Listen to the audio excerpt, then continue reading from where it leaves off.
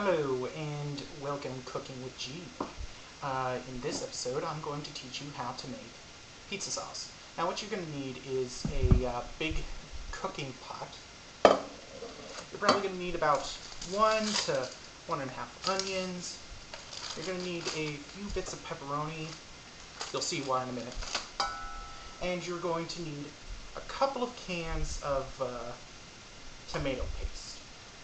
So, like, have 3 on hand just in case you might not have enough. Depends on what your ratio is.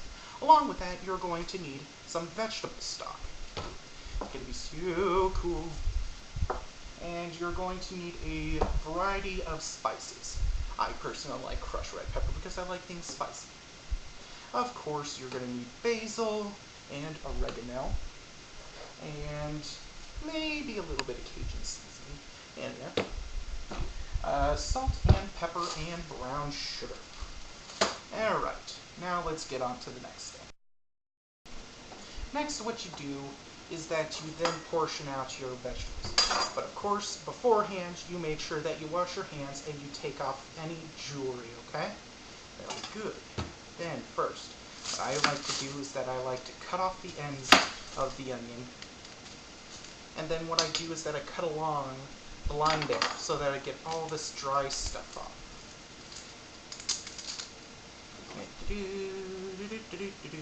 Kind of wedge the knife in there to make sure that you can get it out. You may hear that in the background. That is my cat Kagome. I ended up putting her in the other room because setting up all this stuff has little wires everywhere, and if she happens to come along and knocks over one thing, the whole setup may go down as well. So I apologize if you hear little meows. Okay, now that we ended up getting all the dry stuff off, we cut into half the onion. Now I do warn you, your eyes are going to water up more than the last 10 minutes of Titanic. So, fair warning here. A lot of people say that if you end up freezing the onions beforehand, that reduces down the tear factor. But what I like to do here is that I like to cut a little along the sides. Make sure that you have your fingers far away. See, I'm a noob. Forgive me. Okay, then what you do is that you run your blade through along the sides. I know I may be doing it wrong. I apologize. But then you, when you get halfway, you turn it on its side. Then you turn it on its side again. Then you turn it on its side again. Then you turn it on its side again. Run down halfway. Okay. So you basically do the same thing with the other one, and if required, half of this one. Okay, good. Now that we have the onions all chopped up, all we have to do now is chop up some pepperoni. Now the reason why you want to do this is because I ended up finding that the oils that ended up coming out of pepperoni, they are pretty damn good in the sauce. Now, making the pizza sauce, you have it taste a little bit of pepperoni. And if people don't like that, then screw you, buddy. Okay, so basically what I did is that I ended up taking like 2 1.5-inch stacks of pepperoni and I quartered them. You don't have to be perfect on this. You'll find out why in a minute. I just wanted to make that clear. Now put it all into one little dish and put it off to the side, and we'll go on to the next step. Make sure to clean your station when you're done. I cannot stress that enough. Anyway, we're going to have to do this in stages. So we're going to have to do this carefully. And it's going to go like this, okay? First, we're going to put in our onions, okay? No, damn it. Strike that. First, we're going to put in our pepperoni, okay? Pepperoni first. We're going to let it saute for a little bit, and to pull out all the oils that are in them. Then we're going to cook them inside of the onions. And then last of all, we're going to put in the garlic near the end. Now the reason for that is because the pepperoni can actually take longer exposures to heat than onions, okay? And the onions can take longer exposure than the garlic, okay? So now that we do that, we'll just turn on our oven to, say, probably about medium, if that makes any sense. Now, mine goes by numbering from low to high with 1 and 9 in between. I'd say stick it to around 7. You know, a little above medium. Now that we're up to temp, this is where it gets interesting. You get your temperature-proof spatula, and if you don't have that, you could just use a metal spatula. But I like this one better. Alright, first we put in the pepperoni. Now you're going to get a little bit of smoke, but that'll be good. Just toss them up a bit until it's all good.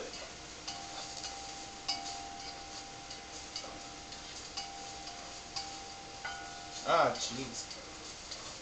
You know, technology is amazing, but as soon as they invent smell-o-vision, as Emerald would say, you know, it would just be friggin' orgasmic.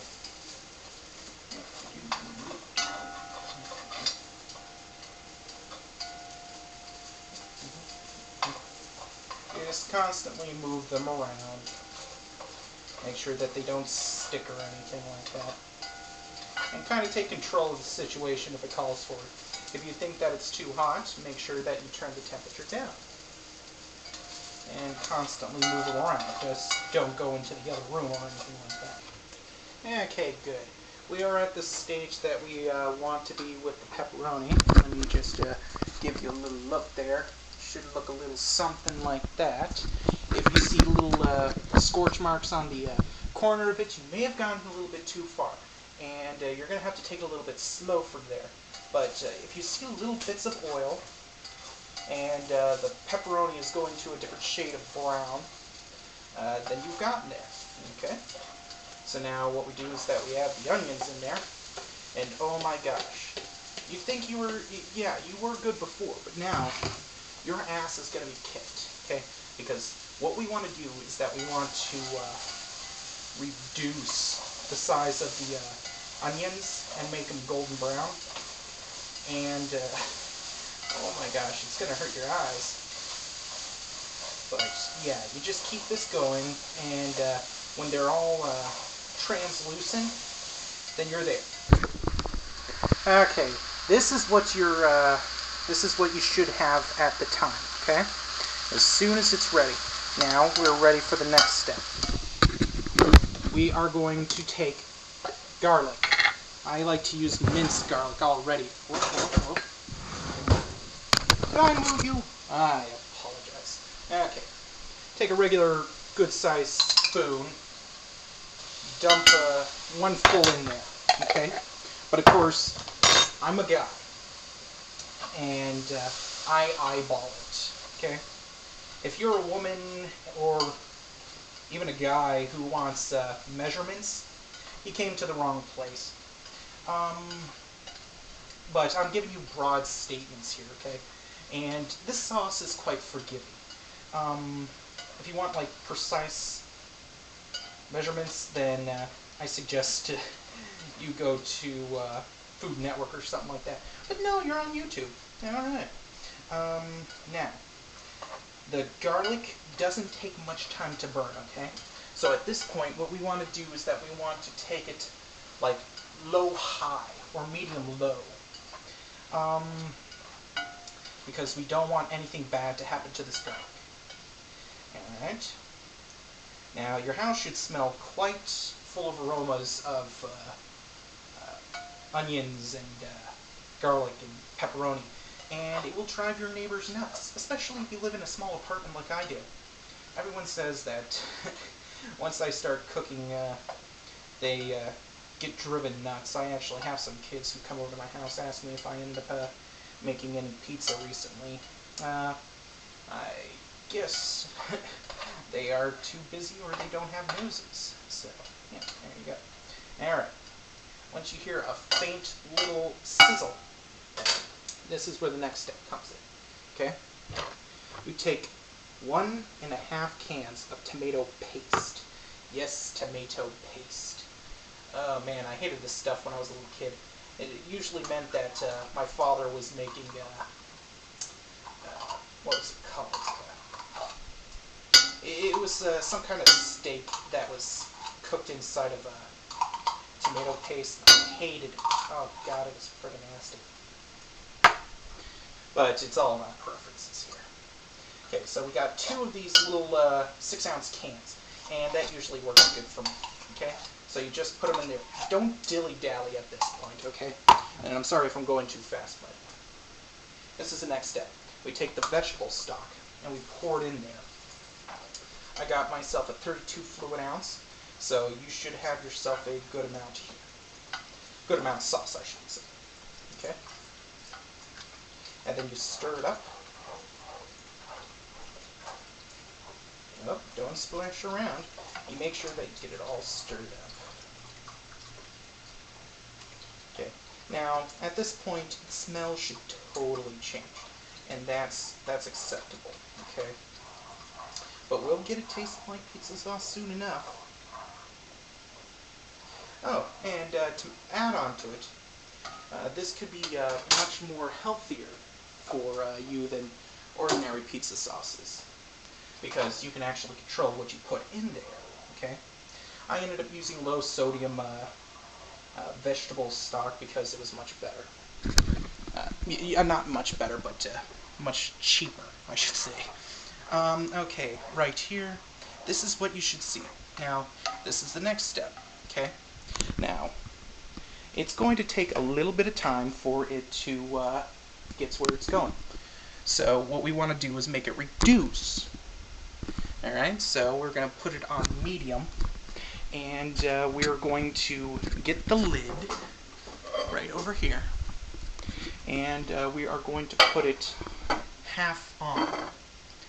Alright, now what we want to make sure is that this part right here is lower and this part is higher. Okay, so the reason for that is that all the condensation goes back in, because we don't want to pour it onto the oven top, because then you'll have horrible stains. Now you are going to get some, but not as much with this technique. Okay, because if we ended up having the lid on, we would have all the steam build up on there and go back in, and we don't want that. We want it to get thicker. Alright, so we'll just leave it like that, and we'll stand by for probably about 30 minutes. Alright, we're getting there. You see the bubbles having more hard of a time coming up to the surface. That means that you're getting there, okay? Just letting you know the progress and what you should be expecting. Okay, now we have to add the spices. We're going to put in a bit of basil, okay, say probably about a tablespoon. We're going to put in oregano, say probably also about a tablespoon. And now, I kind of screwed up here, and I have to apologize. Now, if you want to have your crushed red pepper, or if you want to have your sauce a little bit more spicy, what you should do is that you should put it around the end, shortly before you put in the tomato paste, and you stir it up along with it without any vegetable stock in there. Okay, because what that will do is that it will also bring out the small bit of oils that are in the crushed red pepper. Unfortunately for me, I can only have it as a little taste. I can't exactly bring out the spiciness, but that's a trick for all of you to learn. If you want to make spicy things spicier, you take the crushed red pepper and you add it in there. We are almost done with the sauce. Do you see how when I pull it, there seems to be a little bit wake right behind it? That means it's getting really thick and you're almost there. I will see you shortly. Okay guys, it is all ready. Now all we have to do is turn it off, okay? Because the next step actually warrants us to do that. If we didn't, it might be devastating and messy. You'll find out soon enough. Okay, what we do next now is that we take a toothpick, alright? Now, what we are doing here is that we are going to taste a little bit of the sauce, okay? Now, you go with your preference here. Now, the way that I taste it is that the spices are right, but there's little to no salt, and you know why that is? It's because I didn't add any. Now, if you add a little bit of salt, it actually increases the flavor a little bit. So we'll just put in a good little bit. Alright? It enhances the flavor. You guys are smart enough. You'll figure that part out. Okay. Now that we did that, we taste it again. Now, yet again, this is all on your preference. If the sauce doesn't taste good, you change it and tweak it. Alright, we taste it again, using a new toothpick at each time. Okay, that is much better. Good. Now, you may notice that it seems to have like a heavy iron taste. I say iron because it sounds cool. Iron content. So in order to take the edge off of that, we are going to use brown sugar. Now, if we ended up adding this shortly after we ended up doing that, it would caramelize it too much. Now, that's my preference. If you like your pizza sauce to be really, really sweet, by all means, throw it in there when it's still bubbling a bit. I don't. So, yet again, I am going to do what us guys are good at, and eyeball it. I know what usually works. So, say probably about a quarter cup. Quarter cup. For all you people who like to have instructions. You know, I'm just giving you guys a guide. Now, you guys will, as soon as it, you know, you don't feel the brown sugar in there anymore, give it one more taste and make your adjustings accordingly. I don't know if I mentioned this or not, but every time that you taste it, use a new toothpick, okay? Used to work inside of a restaurant and stuff. We don't want to have people putting their mouths inside of the, you know, double dipping. Very, very good. I enjoyed it. Now, a little bit of a story. What I ended up observing is that guys cook in our family and girls bake. Okay, the reason that is because girls are smart and they actually know how to use formulas and measurements and everything like that. Guys, we're artistic. Okay, that's why we cook. And if you like screw up on that, you know, you can save it theoretically. If it's too thick, water it down. If it's too loose, let it simmer. If it has too much of a spice, dilute that. But you know, when it comes to baking, I just know enough to get me by. Okay. Now this is the reason why I wanted you to wait for the sauce to cool down a bit. It's because we're going to put it in the blender so that it's nice and smooth. Now, you could have a nice Chicago-style pizza sauce if you ended up leaving it like this, but I'm from Western New York, so I prefer my sauce to be smooth. I have yet to perfect a good crust to go with it, but that's beside the point. Today we are going to do just the sauce. Now, I do not possess a ladle, so I am using a coffee mug. And we will put it right in there into the blender. Now, don't overfill it, okay? Now, if you see a little bit of steam, that's perfectly fine. You just don't want it, like, scorching hot. Okay. We're going to go probably about a little bit less than halfway through.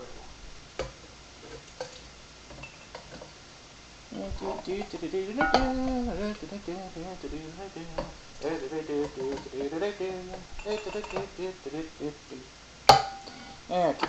Now, I will move this out of the way so that you can see the sauce get going. Okay. Whoop. I have to bring you closer. Get a little bit closer. And it'll happen. Okay. Now keep your eye on the sauce because it will actually do something neat. Now we're going to pulse it a little bit. If you're noticing anything, is that it's actually becoming lighter in color. It's becoming lighter in color. We're going to give it a few pulses so that the stuff that didn't get obliterated gets settled down. Okay. A little bit of steam coming out of there. Alright. Now I have a bad blender. Now I got to be very careful because the bottom tends to fall out. Okay, good. Now, look at that. That's what you are getting into. Now, at this point, it'd be also good garnish to go along with it if you ended up putting a bit of Parmesan cheese in there. That is actually very good. Unfortunately for me, I do not have any Parmesan cheese, so that's what I gotta say for that. Okay, and this is our final product. We got ourselves a nice big container full of pizza sauce. Now remember when I told you about my father telling me about, like if you make it yourself, it'll actually be much, much cheaper? Right there is probably about 3 jars, roughly, of pizza sauce. And for me, it probably only costed me about, let's go about 12 bucks. 12 bucks for 3 jars of sauce. Now, you're probably saying 12 bucks for 3 jars of pizza sauce? I'm still not paying that. Well, you gotta put it into your mind, is that all the other stuff that I ended up getting with all that stuff, I can add it to a bunch of other things, like the spices. That's probably the most expensive thing that I ended up getting, okay? Those spices probably cost me about $1 each, okay? So I got like $6 worth of spices. And then I got the brown sugar and the onions and whatnot. So, if you think about it, that's actually a pretty good deal. You could use those spices for a bunch of other things. Well, I hope my videos ended up helping you. And have a good day.